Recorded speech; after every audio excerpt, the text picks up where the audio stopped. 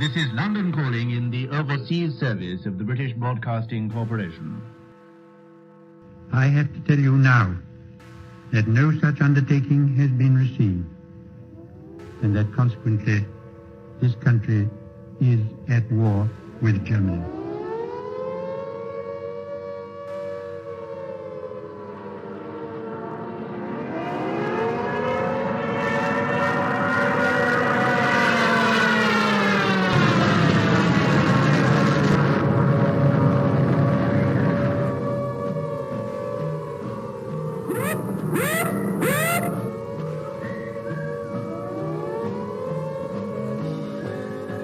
The pocket battleship, Graf Spee, which has been for many weeks preying upon the trade of the South Atlantic, and met her doom.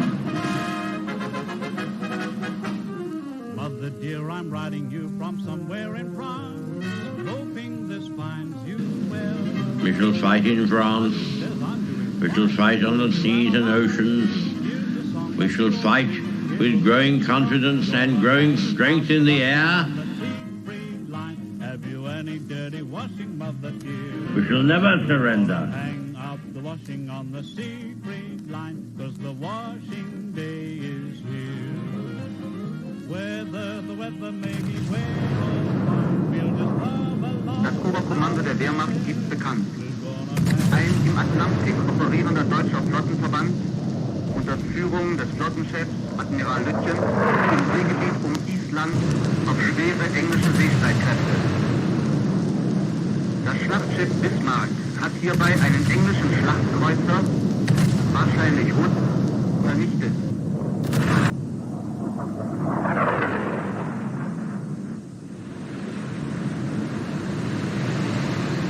The sinking of the Bismarck was due to the cooperation of the RAF with the Navy. And Rodney, which did some pretty work with her 16-inch guns. Ah, this is not the end. It is not even the beginning of the end. But it is perhaps the end of the beginning.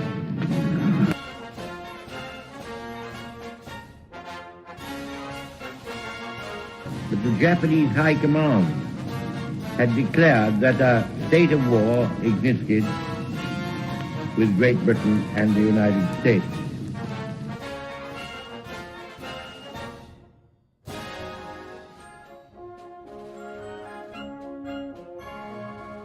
The German Navy, so proudly built up by that smug strategical genius, the Führer, is slowly but surely being wiped out.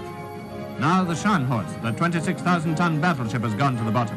A not unusual result of action against the Royal Navy.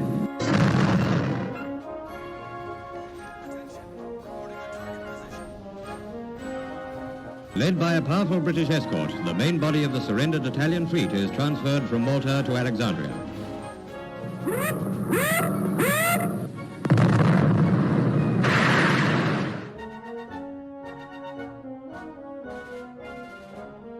Signed the act of unconditional surrender of all German land, sea, and air forces in Europe to the Allied Expeditionary Force.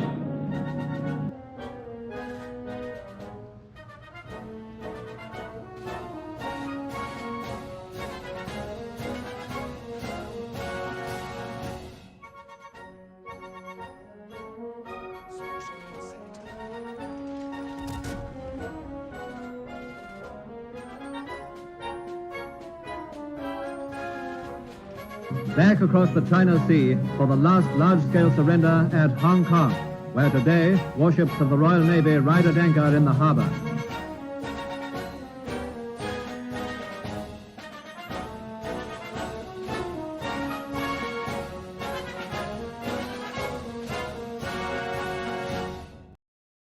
Well, good morning, good evening, good afternoon, and good night, ladies and gentlemen. I'm the Galloping Major, and welcome back to the port. And we are coming to you live from the home office, from the man cave, from the operations room, I guess, where you might say the magic sometimes happens when I do bother to make a video every now and then. But yeah, So we're here for the October patch notes, and yeah, we're going to go through them. We're going to have a look at the trailer and other things like that. Already see the chats started up quite nicely. Like, good to see a couple of you there. Kim Mike Gets Going, Mecha Man, Kriv, Super Slime, Melissa Smith, Jeff Day, and the Swede. So yeah, good to see you. As always, we're going to start off with the patch trailer. I think that's only fair. The reason being, sometimes the patch trailer does contain additional information, and also it's worth pointing out. So we're going to play this. I will unmute the desktop. Fingers crossed everything's going all right. Now, as I'm streaming from the office, I always make mistakes. I always do. So if there's any mistakes, if there's any issues, audio, sound, music's too loud, trailer's too quiet, or anything like that, shout. Let me know. I'll try and keep an eye on the chat. I have it open right over here. And also, while we're in there nice and early, patch notes, the link is down in the description. So if you want to read along as we're going through, feel free. Also, the redeem code, which is in the patch notes, is down there if you haven't redeemed it already. And also the Discord. And give the stream a thumbs up. Obviously helps with promoting. Right, anyway, that's enough of that. Let's crack on with this show. Greetings, Captain. You're in for a boatload of content with this update. Get ready for an adventure like no other, featuring a brand new campaign, the early access debut of the impressive British alternative battleships, alongside dedicated Commander John Fisher, a captivating new Arpeggio collection. Arpeggio, okay? I'd like to remind you, we've all been pronouncing it wrong. It's not Archipelago, it's Arpeggio, okay? Right, got that? Collaboration, a fresh season of ranked battles, and more. Watch until the end to learn about everything, and subscribe to our channel to keep from missing out on upcoming news and additions. Start your voyage with a new campaign for the U.S. Tier 7 cruiser Anchorage. Yeah, so Anchorage was, I guess, live tested by the community. That she was one of the rental ships. So we've kind of already seen her in-game for at least a week. She has had some slight tweaks. They are in the patch notes. And yeah, we'll cover those as well. This ship boasts improved HP regeneration and a smokescreen ability that will leave your foes baffled. Go through the Northern Sentinel campaign for 5 weeks with 100 milestones. Rewards for the campaign include up to 10 British battle. Now, it says 10, right? It's 8 basic ones and 2 big ones, okay? But they're showing you a big one, and they're saying 10. Bit cheeky marketing, but that's what they're doing. So I'm just saying. Ship crates with Admiralty backing enabled. Not to mention all the promotion orders, credits, and other goodies you can obtain. Check out the patch notes to learn everything about the rewards in this update. Get ready for a whole new line of Royal Navy battleships making their grand entrance in early access this October. Meet the new British powerhouses, Tiger, Renown, yes, not renown, renown, okay? I hope you all got that right, okay? I feel like an English teacher. Rook and Hawk. These stunning vessels are engineered to outclass enemy ships in speed, precision, and sheer firepower. Their main attraction is a unique torpedo system, allowing for new firing angles. Give these marvels a spin and watch as no enemy ship escapes the deadly embrace of your torpedoes. This now raises the question, hood torpedoes when? To get a perfect synergy of British commander and battleship. This I like. It's more because of the Dreadnought flag. Finally getting a Union Jack. I mean, I've been waiting how long? Yeah, finally getting a Union Jack flag. Really like that. Consider trying out our new Royal Duties calendar. The rules are simple. Complete missions every day for 4 weeks and get yourself the exclusive Commander John Fisher with So this is Jackie Fisher, for those of you who obviously don't recall the name. Just in case you think it's another Fisher. But yeah, this is Jackie Fisher, or John Jackie Fisher. They decided not to use his nickname, his name that he would go by, Jackie, for some reason. Not sure why. Basic skill is battleship reloading range. That makes sense for battle cruisers. You'll see why when we get there. The first traits doesn't look too special. Looks like there's something about looks like a reduction in like fire and flooding. Then there's also improved HE fire chance and then AA capability. Next row you got if it's gyrating drill bits, which is basically improves the turret traverse, but there's also looks to be a unique skill, I guess you could say, which is going to basically improve the reload time of your main battery and torpedoes. Okay, that's quite useful. Next slot down, there's obviously I can't remember, on second thought, which obviously allows you to swap your ammunition type at half the speed of the normal reload time once the ammunition is loaded. It's an interesting trait. Not many people use it, but this trait also now comes with an additional one which reduces main battery reload. That will be useful for these battle cruisers potentially. And then there's something there about maybe speed. We're not sure. That's definitely unique. Then we have the bottom row, you've got the firefighter, you've got master mechanic, you've got another one that I don't really use, I can't remember. Then at the bottom we have, I don't think that's unstoppable. It could be, not sure. Then there's also the fight fire with fire, and then that other one. This thing, I don't really use those traits down there. I usually use fully packed or cutting with scissors are usually my go-to, but it's interesting to see. So they're introducing a additional commander for the British battleships. I assume that this commander will become available for everyone next patch, so if you don't get it through this special event, I think you can just pick it up next patch.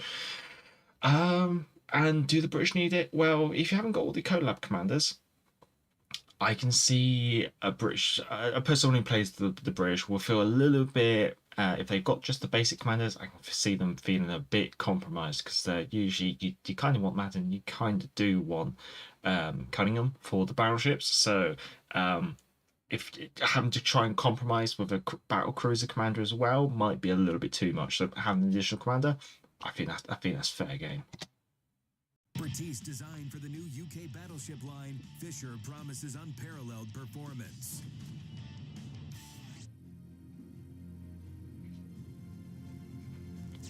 The Arpeggio of Blue Steel anime collaboration returns. New ships, commanders, and skins will be available in the store between October 2nd and November 6th.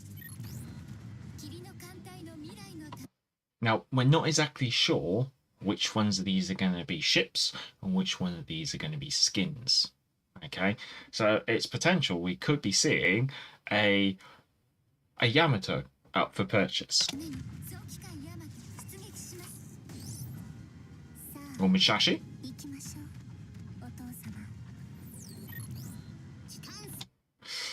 I can't remember what cruiser this one. It looks like an Otago.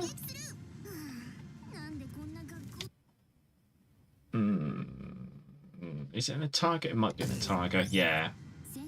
Oh, I'm not sure. Someone will know. High-tier ranked battles return this update. Take part in dynamic 3 versus 3 matches on tiers 7 and 8 in 2. Yeah, so most of the rewards is basically steel. It looks like probably 4, 5, 6, 7, 8, 9. Yeah, about 1,000 steel. If you complete ranks along with, say, promotion orders and universal accommodation, which isn't too bad. New seasons. There's more in this update. Stay tuned and read the patch notes, Captain. Well, there's not really that much more. They pretty much covered everything else off. There is like little bits here and there, but this is the main body of it all. Anyway, let's have a look. It is a bit quiet. To be honest, I don't mind it being too quiet. I'll live with that. I don't mind the Anchorage. It would be nice to have a high tier American cruiser with torpedoes. Yeah, that's fair enough. Duncan would be the tier 8, not Vincent. Blip confirmed. Makes you wonder. Well, no, Duncan. What's that? No, isn't. I thought St. Vincent was the tier 10 anyway. So St. Vincent would be legendary tier. So it makes sense for the next one to be Duncan, the tier 8. Hood will never get her torpedoes, just like the tier 6 premium battle cruisers, and never get her 360-degree wide turret after the tech tree release. Yeah, true. Can't wait for those torpedoes to break somehow. Yeah, that'd be interesting. Although some of them are underwater torpedoes, not above water torpedoes, which means the chance of them breaking is very, very low. I assume that St. Vincent will be legendary tier. Yeah, that's my fault. It's not unstoppable. Yeah, okay. Sizzle Clue, hello, hello, hello. If the torpedo skin is unable, is usable, that's worth it. Okay, make a man. Looks like the fourth row on Jackie Fisher's skill, firefighter, emergency specialist, and master mechanic. Yeah, that's the ones. That's the ones. Yamato is a skin. Mishashi could be a ship. Mishashi coming back. The drop rates of the containers, we will cover those in a second. Kriv, Superslime, Yamato, Mishashi, attack, and Mayuku. Much obliged. Pixelmuck, good afternoon. Pink, good afternoon. Action Proposal, hello, hello, hello. Right, we've done the trailer. We've done the boring bit, I guess you could say.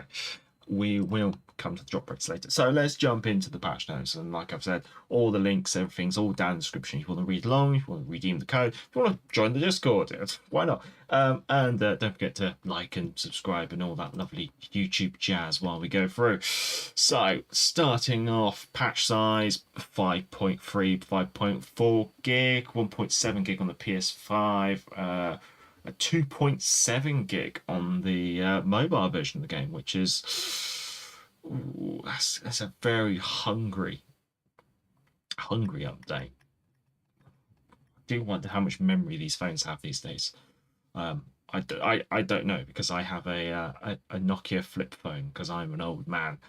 Obviously the redeem code down in the description. 1 common container and 3 type 3 camos. There's something I need to do. Hopefully this little bit of background music will just make things flow a bit nicer. So let me know if that's all right. So yeah, basically the summary, that's almost what we just covered in the trailer. So just jump into it. So obviously there's the wave of darkness. So I get it. There was a little bit more in the trailer. On the end, it kind of just mentions, yeah, there is going to be a Halloween event. That's what this is. Now it looks like it's going to be a rework of the Rasputin one, which so I'm not really sure how this one is. It going to be the same Transylvania, or would it be the Defend Against Rasputin, Defend the Towers? It does mean that we are seeing potentially the same Halloween event for a third time at least, regardless. Which is a bit not like, I'd love to see a Rust Rumble return. Rust Rumble was actually kind of fun. Like they should really kind of try and alternate between the two. Yeah, this is a bit of a shame, I guess you could say, but oh well, same event. But although it does look like it's been tweaked. Yeah, there you go, revamp. So that'll be interesting to see. British battle cruisers, yep, they are here now. It doesn't really go into too much detail here. Again, what they've started to do is they've started to put a lot of the other information that was normally in the patch notes into separate blog posts. So it does mean the patch notes are always a bit light. I guess you could say there's not a lot of information, and it's kind of like a skeleton, a framework of what's going to come. However, it does mean that at least the World Warships Legends blog continues to keep having posts coming out, constantly releasing information, which is good, I think, and that's good to have. Now, obviously, it just covers what we kind of know, turning torpedoes and mighty guns and high speed and all this jazz. So what we'll do is we will jump into the actual PC version of the wiki, I guess you could say. We'll look at some of the pros and cons, and we'll go through them. So obviously, first of all, over here on Legends, we're going to have HMS Tiger at tier 4. Now, Tiger's a World War One era battle cruiser. She was laid down in 1912, and she joined the first battle cruiser squadron in 1914, and took part in the Battle of Jutland and the Battle of Dogger Bank. So yeah, and she was she's known as one of the big cats, and she did last for quite a while. She was only scrapped in the 30s, I believe. Anyway, in-game pros: good hit point pool and turtleback armor scheme. Accurate if inconsistent main battery. Interesting. Short fuse AP, so you're gonna notice that with these battle cruisers, they've all got short fuse AP. High chance of starting fire. So again, British HE. It's going to be quite good. She has torpedoes, so straight off the bat, we're starting off with these turning torpedoes on Tiger. So that's also nice, I guess you could say. Now these torpedoes, how do we explain it? They have a longer arming distance than normal torpedoes, because the torpedo comes straight out the side of the ship. Right, boop. right? And then it does an S-curve to get it onto the trajectory of the wider arc. Yeah, and then so you haven't got a lot of these torpedoes per side. Right, there's not going to be many. A maximum of 4, can be as less as 2. Okay, but these torpedoes will hit hard. Because they are larger caliber torpedoes. So it's got some pros, it's got some cons, I guess you could say. Saying she has torpedoes as a pro, I guess it kind of is, really. Having that ability, that flexibility to use them is going to be nice. Powerful and accurate secondaries. But then tier 4 secondaries, I guess. High speed and access to engine boost. So that's going to be nice, and good concealment. That's what you're going to find in these battle cruisers. They are going to have good concealment. But that's because they have short battery range, and obviously that's going to be one of the downsides. They need to get in close in order to engage. They also have thin bow and stern armor, so they are going to have big squishy nose and big squishy tails, I guess you could say. Low AP penetration due to that short fuse, long shell travel time, so maybe not the greatest shell velocity, long torpedo arming distance. That's what I was saying, because of the S-turn that they need to make in order to get them onto the correct trajectory, they are going to have a longer arming turn. So it does mean if people get really, really close, you're going to be at a little bit of a disadvantage there. And also, she has poor torpedo protection and poor anti-aircraft protection, but considering she's a World War I battle cruiser, not necessarily surprised there. Moving on, we have the Renown, or as the trailer would like you to pronounce it, the Renown. Okay, Renown, that's it. Anyway, Renown, she's one of the class battleships that was kind of put on pause and then converted and redesigned, I guess you say, as a battle cruiser, elongated. The turrets were used, but removing a turret and just to try and reduce the weight, increase the speed, etc., etc. She was laid down in 1950 and entered service in 1916. Now, the version that we're going to have as the tech tree version, okay, is going to be the PC's version, Renown 44. Okay, so we're getting Renown 44 as Renown on the tech tree. Okay, right? There's more to this. We'll cover it later. But yes, we're getting the post 1938 refit, but also the late war version of Renown. So she is going to have that late war anti-aircraft complement, which is going to be quite nice, I guess you could say, especially at tier 5. Now, her pros and cons over on PC. So in this case, I am looking at Renown 44. However, it's been confirmed that because Renown 44 is a tier higher over on PC, that there will be some changes to this ship in order to make her fit in at tier 5. So not all of these pros and cons may be necessarily correct. Pardon me. So the pros are highly accurate guns and fast reload, and she has thicker armor over on PC. I suspect we're not going to get that, so I think we're going to have a very squishy nose and a very squishy stern. Short fuse AP, so that's quite nice. Reduced nova pens on thinly armored targets. Secondaries have a high damage output, which is fair enough. Good torpedo count and good range. Wide angles due to the torpedo turning mechanic. Good concealment, good speed, improved acceleration, engine boost. Now, the consumables, we're not entirely sure, but she might come with sonar. Probably not. She might come with defensive area fire consumable. Not sure, but obviously she has a repair party. Over on PC she has an enhanced repair party. I'd say it's very unlikely if she's going to be the tech tree version of the ship. She only has 6 guns. Okay, that's not too bad, honestly, as a battle cruiser at tier 5. Now, terrible torpedo protection. Secondaries have poor penetration, and she has weak anti-aircraft capability, which is interesting for the 44 version. Being she's going to be a tier lower, maybe that weak anti-aircraft capability may not necessarily be too bad, I guess you would say. So it's going to be interesting to see. I'm going to continue, and then we'll jump into the chat. Rook. Now, Rook is the first, let's imagine, ship of this tech tree. So let's imagine the battlecruiser design K2 and K3, presented in 1920, were deemed unsuitable due to their enormous dimensions. Later, the designers present Project J3, a smaller version of the ship armed with 9 381mm guns housing 3 turrets. Her displacement was reduced to 10,000 tons. Such a ship could use any dry dock suitable for Hood and pass through the Suez and Panama Canal. So let's imagine. So what are the pros and cons of this imaginary ship? Well, she has large cruiser dispersion. Okay, so it's going to be better than battleship dispersion, I should say. Fast turret traverse, short AP fuse, torpedoes with torpedo turner mechanic, strong short-range AA defenses, good speed, good acceleration, good concealment.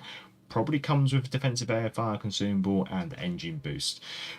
Downsides, average HP pool and weak armor, very low torpedo damage reduction, so she hasn't got great torpedo bulges, slow main battery reload, only 2 torpedoes per side, arming, long arming time, very large minimum arming distance as well, slow secondary reload, I think because most of them are 6-inch guns, very weak long range AA capability, very large turn and circle, expected from battlecruiser. Battlecruisers are long to make them fast, which means they're not very maneuverable when it comes to turning.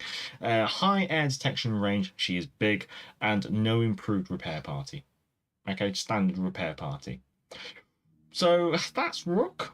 Rook doesn't, I mean, she's not entirely ugly. She looks like a very strange Hood. It's the best way to put it. Right, on to Hawk. This is our next Let's Imagine ship, and she'll be coming at Tier 7. So, let's imagine, after World War I, the British Admiralty continued to work on new battlecruiser projects. The most modern ship of the class, Hood, was used as the basis for these projects during the design process in 1920. 2 projects were presented, K2 and K3, but they are deemed too large. Oh, doesn't this sound like very familiar? But a proposal was made to reduce the caliber to 406mm guns, which would reduce the dimensions, but the Admiralty rejected the idea and the project failed to be implemented. Yeah, okay, so it just looks like a Renown with, well, no, it looks like a Repulse with triple 16-inch guns, is the best way to summarize that one. Pros and cons. High top speed, engine boost, great rudder shift, excellent concealment, accurate 16-inch guns. Interesting to get 16-inch guns with the British, especially at Tier 7. This is going to be interesting. Because you've kind of got to consider she's going to be like kind of compared to Vanguard, which is the tech tree fast battleship with 15-inch guns. One of the highest hit pools. So, which generally isn't a good thing, because if you have a high hit pool, it generally means you have terrible armor, because obviously they increase the hit pool to make you more survivable because your armor's terrible. Main battery HE shells have a decent fire chance. Powerful air defense may come with defensive air fire consumable. Downsides, very thin armor all over, I guess you could say. Very, very exposed to high explosive penetration and AP overmatching. Bow and stern is very thinly plated. So again, this is kind of like it's kind of excusing the high hit pool, I guess you could say. Only 4 torpedoes, 2 per side. Not a lot of these torpedoes. Large and wide citadel and above the waterline. Goody. And difficult angle all guns in the enemy without exposing your large and very exposed broadside. So yeah, interesting. Now, just because we've mentioned that Duncan's coming at Tier 8, just so some of you know what Duncan looks like. There you go. There's Duncan. So this would be interesting coming at Tier 8. She's one of the G3s. So this one we don't have to imagine because it was actually designed. A caveat, let's imagine, but further development of the 1920 battlecruiser became the Project G3. It's different from its predecessor by having smaller. Basically, British came with two designs. I think it's the G3 and the J. Is it J3? Now the J3 is more of a battleship with big caliber guns, but looks very similar. And the G3 is more of a battle cruiser, or she's faster, smaller caliber guns. So they kind of made these like they had like a big, heavy battleship and a very similar looking, smaller caliber battle cruiser style design. But yeah, so there's not really too much more. I could go a bit more into the history, but it doesn't really need it. Accurate dispersion, short AP fuse, fast turret traverse, torpedoes and torpedo turret mechanic, decent AA at short to medium range, fast, improved acceleration, good concealment, specialized repair party, defensive AFR consumable, I'm assuming, engine boost. Downsides, thin, easily overmatched bow and stern, not great plating otherwise, exposed citadel, low torpedo protection, underwhelming anti-aircraft capability, large turning radius, average rudder shift, yeah. It seems to be kind of the story with these ships, I guess you could say. And obviously, if we get it, St. Vincent would be legendary tier. But there's, you know what the Bureau is like. I mean, it takes them 6 months to come up with 3 ships to add to the game, and then we got to wait another 6 months. So there we go. That's a very quick, fast summary, I guess you could say. And I'll quickly jump in with the chat. And where did I get to? Oh boy. Splendid cats, yes. That's the tiger. 1.6 gig on mobile, 1 gig will be rewritten, and that's why something gigabyte plus something gigabyte format. Okay, that's interesting to see. If the container drop rates are true, Musashi is having ARP Musashi ship added along with the Mayuku and the Targo clone, while Yamato is a skin. That makes sense, I guess you could say. But yeah, we'll look at drop rates shortly. Accurate and inconsistent. One every 6 shells ends up in the middle. Once all 6 shells end up together on the furthest part of the dispersion circle. 21-inch torpedoes, yes, they are very large torpedoes on these battle cruisers. Yeah, they definitely have a wallop. Renault, hopefully we're not going to call it Renault. Let's see. Wargaming's going for money instead of giving the Royal Navy a campaign. To be honest, that's what they always do. This is why like the British have like one of the largest amount of premium ships in game, but also among the lowest amount of premium ship campaigns. It's because they like to make money, and at the end of the day, can you blame them? At the end of the day, they need to keep the servers on, they need to pay their workers. It's just it's how they go about it sometimes is what I have issues with. Big Smoke, I blame the London naval treaties kept the engineers on too short of a leash with them. Wow, we just let's imagine Jackie Fisher's incomparable with those. Is it 20-inch guns? Oh yeah, I'd like to see that. Blame ship builders are kept the London treaties. The government do the treaties, but nobody has to know that. Just make yeah. To be honest, quite a lot. To be honest, a lot of nations didn't really abide by these treaties. I mean, the county class cruisers, which happens to have voids to put armor in, Japanese cruisers, which just happens to have 6-inch gun turrets that could be swapped for 8-inch gun turrets, Italian cruisers, which were massively over.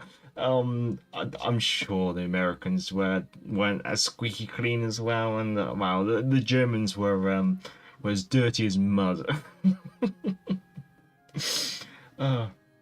Yes, officer, I assure you, these are 12-inch. Well, this is the thing, just put a turret in for 6-inch guns and then just put some 12-inch gun barrels on. You know? They don't have to shoot, just swap them out. Yeah. Where did we get to?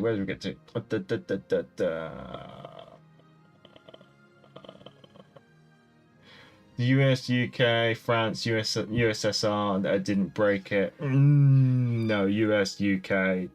The USSR didn't break it because I don't... were they even part of it? And B, the Great Soviet Navy, which consists of HMS Royal Sovereign and USS... it was Omaha? Oh, wow. Pixel, if we take out all the fuel, ammo, and crew and make assumptions that the steel used is the lightest possible, then this should just barely make the tonnage. Yeah, that's very true. That's very true. I think most ships are about 10% over. We're the only country not to break the Washington London naval treaties. Oh yes, no, we broke them. We had a way. French did Richelieu. Yeah, also the French started putting massive guns on submarines, which meant the submarines had to come into the treaty. Aren't Rook and Hawk based on J3? They look similar to J3s, which took the prototype Littorios. I'm not... I'll take your word for it, because I'm not too much of a I haven't really looked too much into that.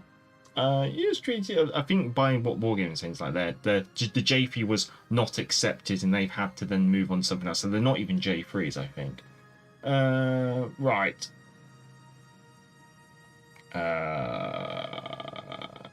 Rage Goliath, hello, hope you're well.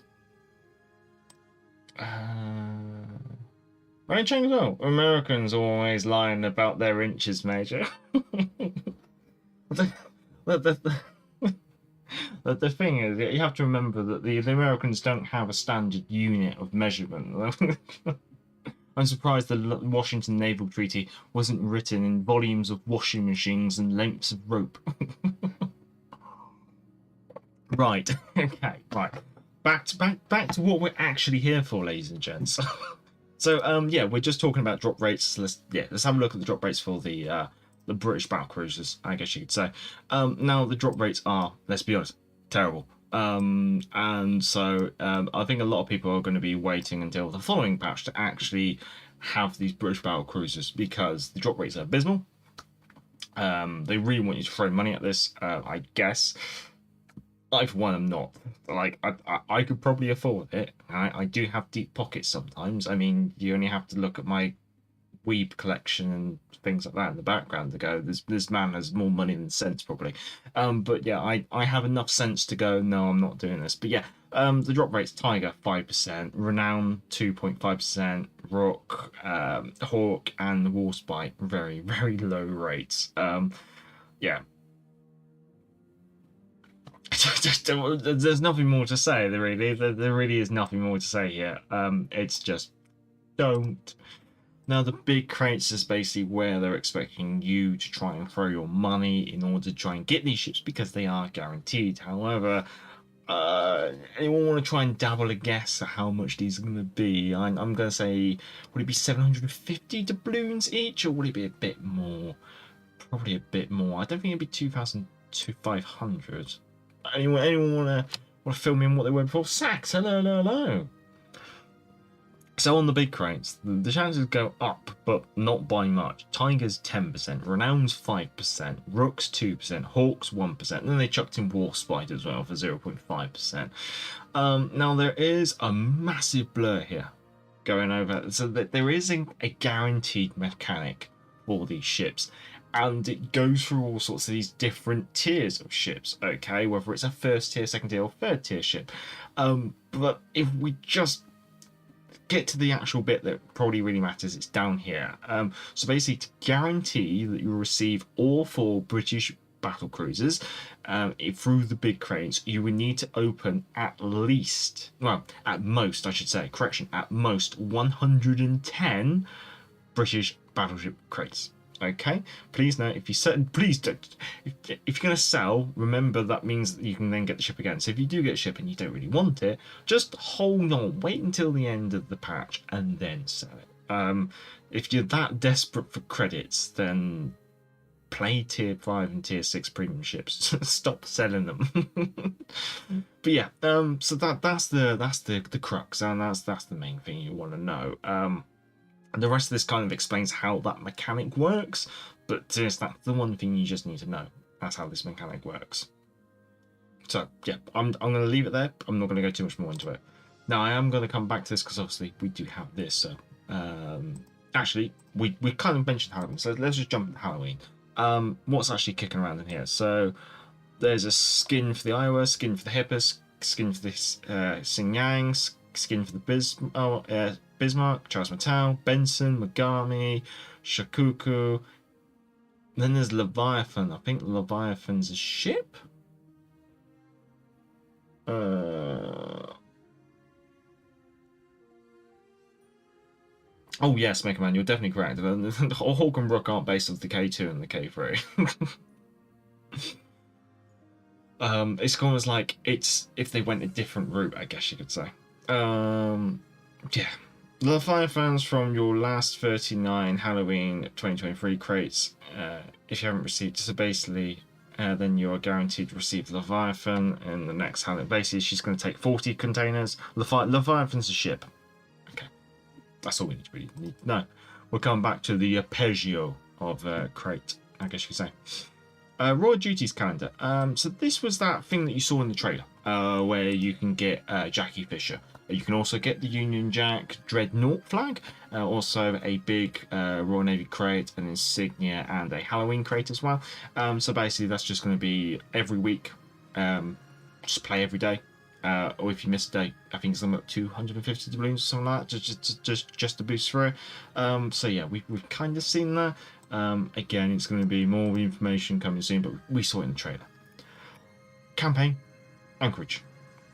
Not really too much more to say, really. We've seen this cruiser. She's already been super tested by the communities. Tier 7 cruiser. So this is ironically the first Tier 7 campaign since the launch of Tier 8. And so it's been, what, a year and a half? Year and a bit at least. So 5-week campaign, 100 milestones, catch-up mechanic enabled. Anchorage comes with sonar, repair party, smoke generator, and American guns, I guess you could say. American heavy cruiser guns. Campaign's running through to the start of November, so ending just in time for the November patch, which will then contain the Black Friday. Now, I could go through all these rewards, but it's just pretty much generic rewards without much backing, not getting a lot for your money. But then again, you're not actually putting any money into it, so you're getting something for free. It's just not a lot. 15 promotional orders, 1 insignia, 1 accommodation, 2 battleship, 1 big battleship. That's probably the main things you're probably going to be mostly interested in if you're just going to be going for free. Average backings remain at 2,500 doubloons, so even though inflation and all that has gone up, God knows how much since this game's gone about, that's stayed the same. That's nice, I guess. That's one thing. 30 promotional orders, 4 insignias, 4 accommodations, 750 doubloons. Again, the doubloons are really low, but it's been like that for such a long time. 8 small crates, 2 bigger crates. Obviously, you get the ship, which is fair. Extra reward points basically helps you complete the campaign sooner. Interesting, you get the rest bucket camos. That looks like quite a reasonable amount of total doubloonage value for the campaign. Obviously, most of it's going to be locked up in that ship. The ship's going to be worth like 22,500 doubloons, I guess you could say. So you take that out. That's about 47,000 doubloons worth of other stuff. Not too bad. Arpeggio of blue steel. I'm gonna stick to my guns on this one. Let's just go straight to the drop rates. Because obviously this is how it's going to be coming about. Now the commanders may be available to buy separately. The skins may be available to buy separately, and then there'll be the crate as well. And the crate basically is your random way of getting it. So commanders: Yamato, Musashi, Nachi, Hagura. Don't correct me on those. Yamato's skin and flag, and then premium ships: Nachi, Harugo, and Musashi and flag. So yeah, they're very much flag super subset, which is fair enough. And then load of other stuff. Drop rates: 10% for commanders, 8% for a skin, 5% on a premium cruiser, 1% for a premium battleship. Yeah, okay. Is there any guarantee drop rate on this? The container uses a guarantee system. If you haven't received Musashi from your last 39 crates, you're guaranteed to get Musashi. You always get a commander until you have all 4 available. Once you have obtained all 4, you will receive personal accommodations. Okay, so there is duplicate protection on the commanders. That's nice. Okay, can't complain about that. Any ship skin that you already own will be excluded from the possible drop rates as well. Okay, no, that's fair. Looks like the guarantee drop rate is only for the Musashi. At least the way it's worded here. So yeah, this is a tier 8 premium ship available for 40 containers, I guess. Yeah. So there you go. That's all the drop rates. I mean, we are going into fall and we are getting the full crates. I think they've already kind of become available. Ships, Verbius, Monaghan, Hood, Muchin, Kidd, Rochester. Yeah, I think that came out middle of this patch, I think, or late last patch. So just mentioning it, I guess you could say. Before we continue, chat time.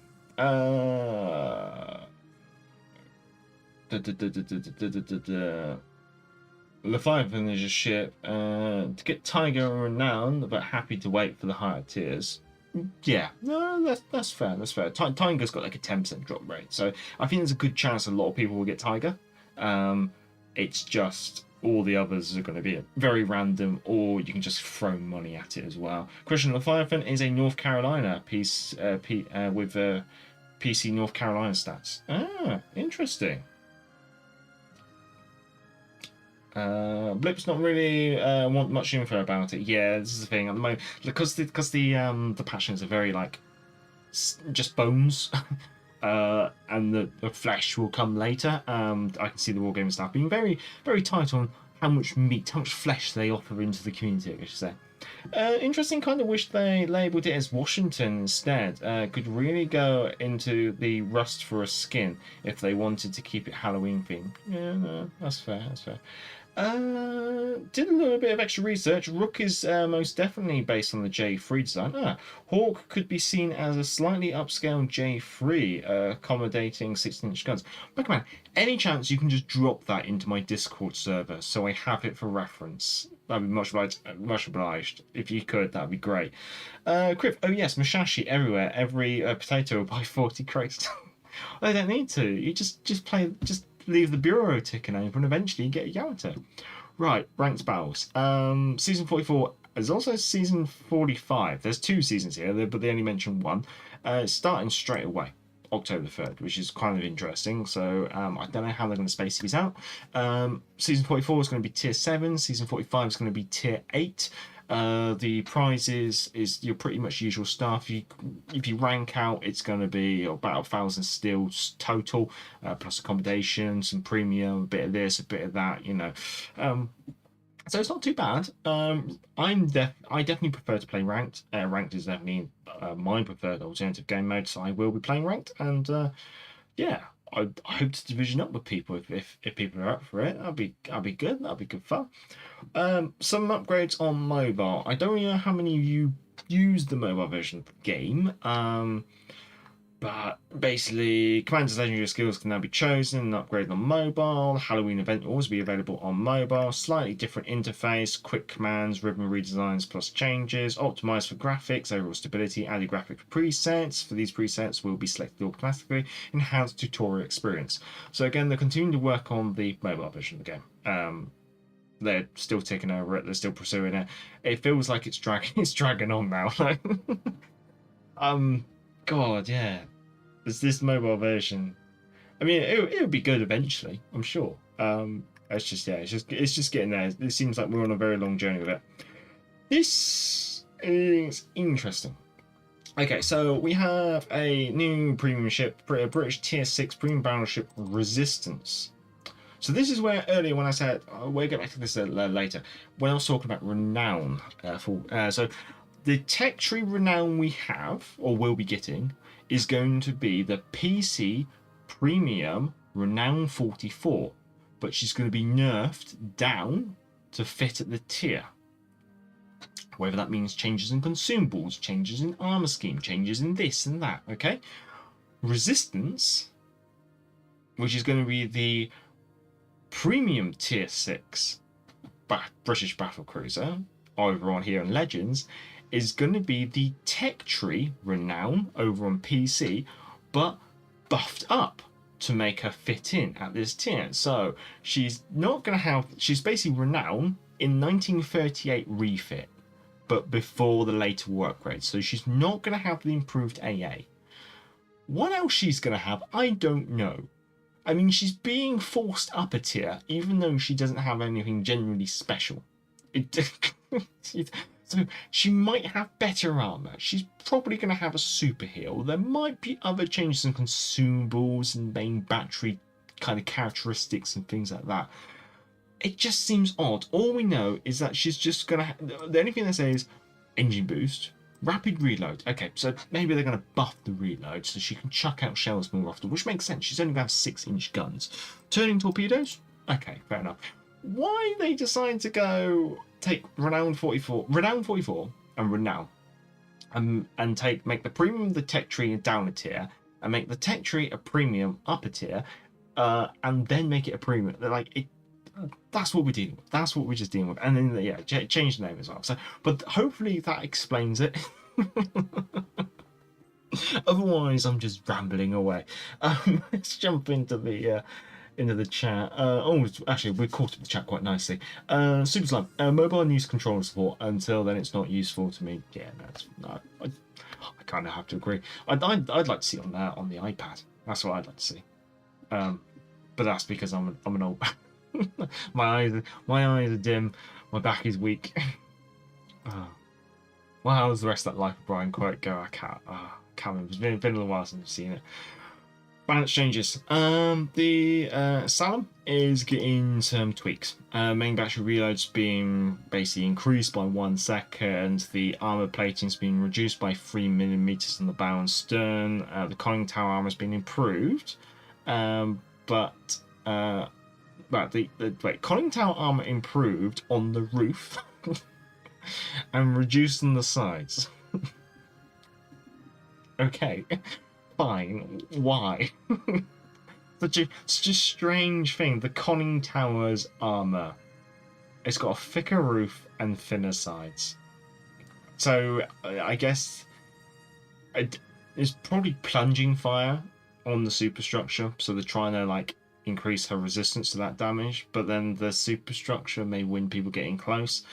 I don't know. It's such a strange change.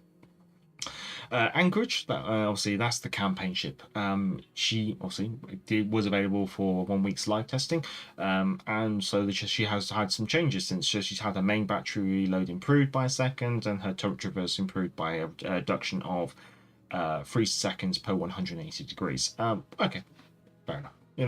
I didn't play that ship because there's only so many. I was quite happy playing Hampshire. Is it Hampshire? So yeah, I wasn't gonna pick up Anchorage, but yeah, it seems like it is based on the open testing stats and feedback as well. It's good, and also it's interesting to see that they've set the ship back, tested it, and then they moved it forward a bit, which is it's the correct way to go about it. Mega Man, I posted Drax's video covering the G3s and her associated designs and naval. Much obliged. I will have to. A bit like reading or like watching during the weekend, perhaps. I'll jump in with the other random queries in a bit. Bug fixes, because we're almost in the end. All platforms, Julius Caesar's turrets now display correctly. I don't know what was not displaying correctly. I haven't really interrogated the ship. Incorrect depiction of King of Primitives? Permanent camouflage in port? What's that? Is that one of the Transformers camouflages? Fix smoke that caused incorrect post-battle statistics. Okay. Fix a couple of descriptions, including some bureau and commander skills. Okay. But it's a little bit of light touch work there. Fix handful of UI elements on the console. Fix instances of return to port button not working correctly on mobile. others. Now, there's some interesting things here and others. There's the other section is always the place where they kind of slip in this little bit extra here and there. So, if you weren't aware, the amount of research points you could acquire was capped at 3.5 million. So it means anything you earned after that was just not. You just didn't get it. It was just wasted. You basically deleted. They now made it where anything you earn over that is automatically converted into credits at 1 credit per research point. Pardon me. So again, they're not increasing the threshold. It's a bit of a shame. I thought, well, like, why do we have a threshold? Just let people accrue it. I mean, if you want them to convert it into credits, then maybe give them the option. But yeah, I'd say just let people accrue it, because at the end of the day, each campaign is capped at how much you can actually use anyway. It's not like someone's going to just splurge all their research points and boost a campaign all the way through and have the brewer shit like that. It's going to be they'll be able to boost a bit here, a bit there, and so having the threshold just never really made sense to me. Ship carousel in the port, like ammunition, consumables, upgrades, camouflages, and booster sections in the ship focus screen has been reworked. So a little bit of rework there. Slight changes to the barbette armor for the following ships: Mayuku, Southern Dragon, Eastern Dragon. Basically, they're all the same class of ship anyway. Georgia, including the W version, Scharnhorst, including the B version, Minotaur, and Tiger 59. So it's interesting because those two actually share the same turret as well. Not entirely sure what they're going to do to the barbette armor. Slight change, but they're not telling us whether it's like plus a mil, down a mil. But it's up here. They're telling us that they're changing the roof of the superstructure. Yeah, strange. For the Halloween event and versus AI. Okay, this is interesting. Divisions can now include up to 5 players. For Halloween and versus AI. For Halloween, I can get it. It's a PvE event. You want to maybe chill with your friends, you know, play a bit of something slightly different. Halloween event makes sense. AI, I don't know why. That doesn't make sense. What is it? So you can just whoop on the bots a little bit more? Now, I don't think this means that they will be making divisions of 5 available for standard. I think that would just be too much. But I do think this might be a form of testing on the servers, I guess you say, for clan battles. You know, testing a mechanic where players can actually build divisions of up to 5. So this is why I kind of thought it kind of alludes that fleet battles or clan battles in future will be 5v5 because they're playing around with this, allowing you to build a division in an alternative game mode of up to 5 players. So this is what I think they're testing. As always, the Halloween event and the April Fool's event are always testing grounds, test beds for alternative game modes, for game mechanics and things like that. Because it's a short event, they kind of like hand it out, see how it goes, and get the results without actually committing to a long-term thing. So here I think they started testing these 5-player divisions. AI, I don't see people really using it. For Halloween event, I think people will, and I think that's where they're looking to get their data from. The crate that can be obtained for oil within fleets has been changed to the 4 big crate. Yeah, this is just something that's going to continue. But fleets do kind of feel a bit like they've died. They've been released, people have built fleets, but we're still awaiting on fleet battles, and we're still waiting for decent oil rewards. At the moment, it's just been a big crate. Yeah, so at the moment, fleets, after initial excitement, it does feel a bit like it feels like they've just left it alone. I'm hoping they might do something with fleets in the Christmas patch, but that's just a hunch. That's just me, finger in the air. So don't take that with any seriousness. But I'd hope they do something. Otherwise, fleets is just going to feel like it's like Steel or the Bureau or a multitude of other things in this game where they've just released it and then they haven't got a plan and then it just rots and it dies. So I'm just hoping that that's not the case with fleets. But, you know, we're not exactly off to a great start, are we? One nice thing here, which hasn't even got its own bullet points, but I think is quite a big thing for myself, who is looking to create events, make recordings, and things like that. The ocean map has become available in training rooms. that is going to be nice and helpful for future projects. Anyway, that's the Patchnotes, ladies and gents. Any questions, any thoughts, any opinions, chuck them into the chat. Otherwise, I'll be on my way. But before I do that, chuck it in. And if you have enjoyed it, feel free to thumbs up and all that lovely jazz. It obviously helps with the YouTube algorithm and promoting the channel. Right, I'll jump into the chat. I'll answer any of those odd questions, I guess you could say, and then we'll see where we get to. Let's ask major most famous battle of World War II. There's a well, if we're just gonna go off of the like anything and everything, I'd say that probably the most well known from especially from like a Western nation, it'd probably be D-Day. You know, that's like the big one that everyone remembers. That's kind of like the day where people think things turn around. To be honest, World War II's got so many operations, so many big battles and things like that. Yeah, it's hard to really pick one out.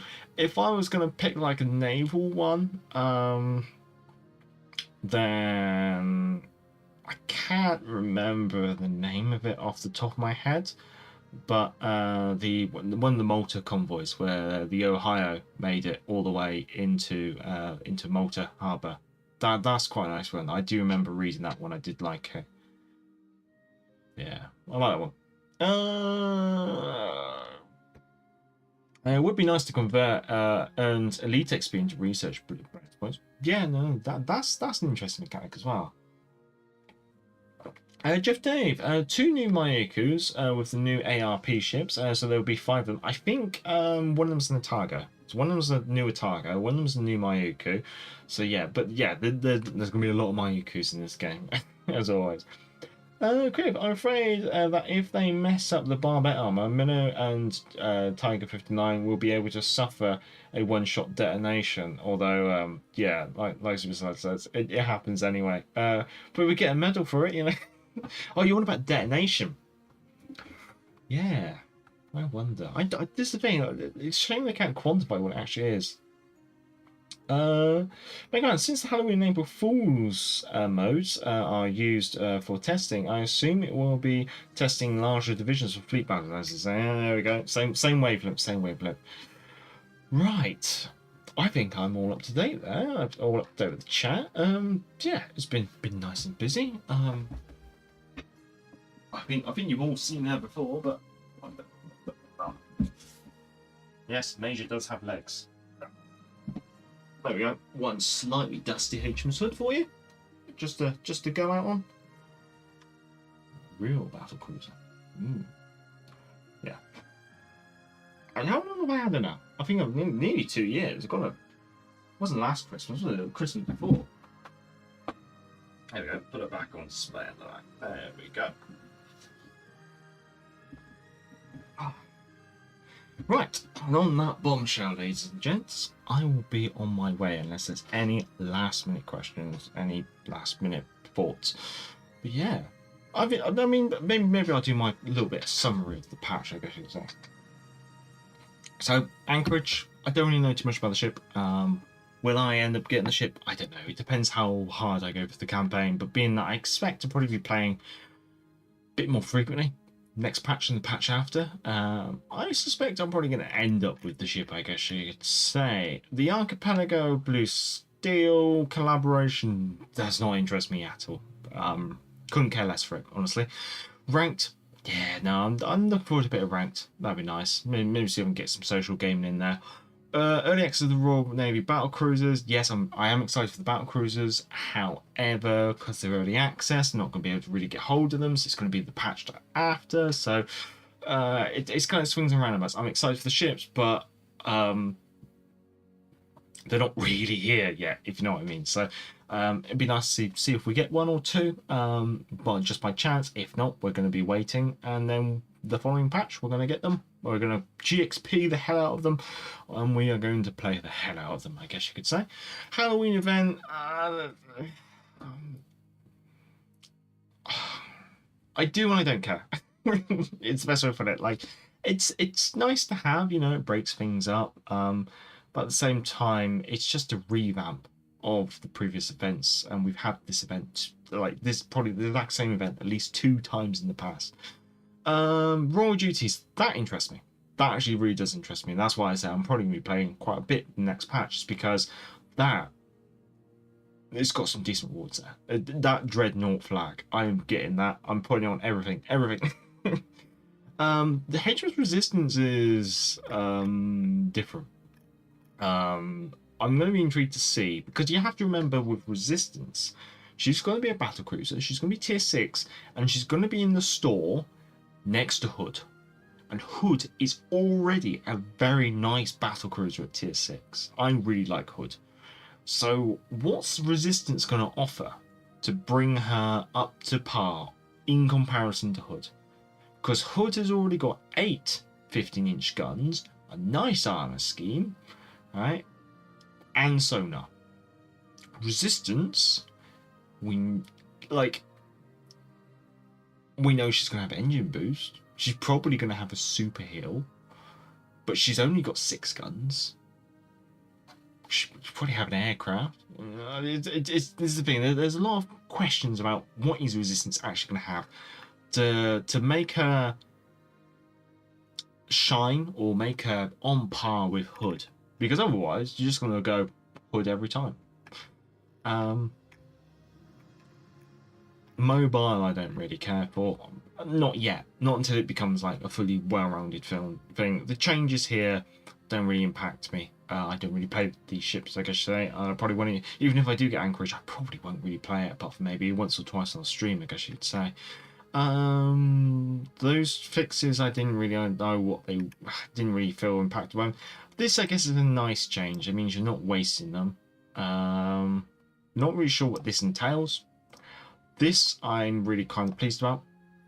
And yeah, that's about it. So, even though it's got the British battlecruisers coming, and a nice event that I'm interested in, I wouldn't say it's blowing my socks off, but I'd definitely say it's above average. I'd say it's above average to good for a patch. For me. Yeah. Right. Now, there we go. Pixel, thanks for the stream. Have a good one. No, much obliged. Do you have to play the Commander event for the BC Commander, or will he be released into the Common Commander pool after the early access stuff and over? I think he probably will be released into the early, into the Commander pool, Common Commander pool, after in the following patch. I think that's what they've done with the. Was it Italian or Pan-European Commander or something like that? There was a recent Commander, and I didn't bother getting it, and then it became available. So yeah, it does feel like these Commanders do kind of get released, which is not too bad, I guess. But then again, to get it for free, you only just have to play like an hour or 2 every day. Probably not even 2, just about basically about an hour every day. So it's not too difficult to get. But yeah, you should be able to. She should be. Well, she. This is because I'm talking about ships. Jackie Fisher, should become available in the common pool after the patch. Right.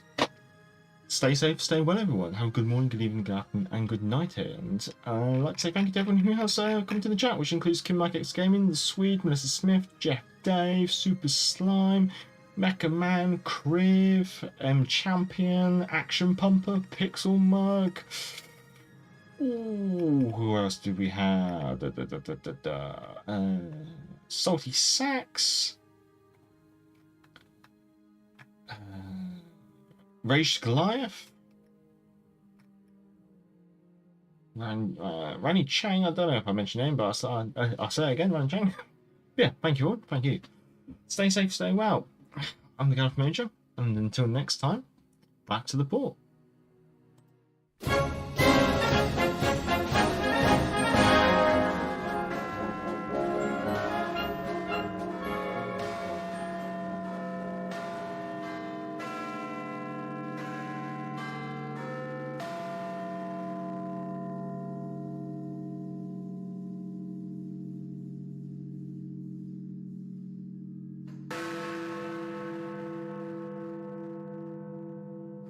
This is London calling in the overseas service of the British Broadcasting Corporation. I have to tell you now that no such undertaking has been received, and that consequently this country is at war with Germany.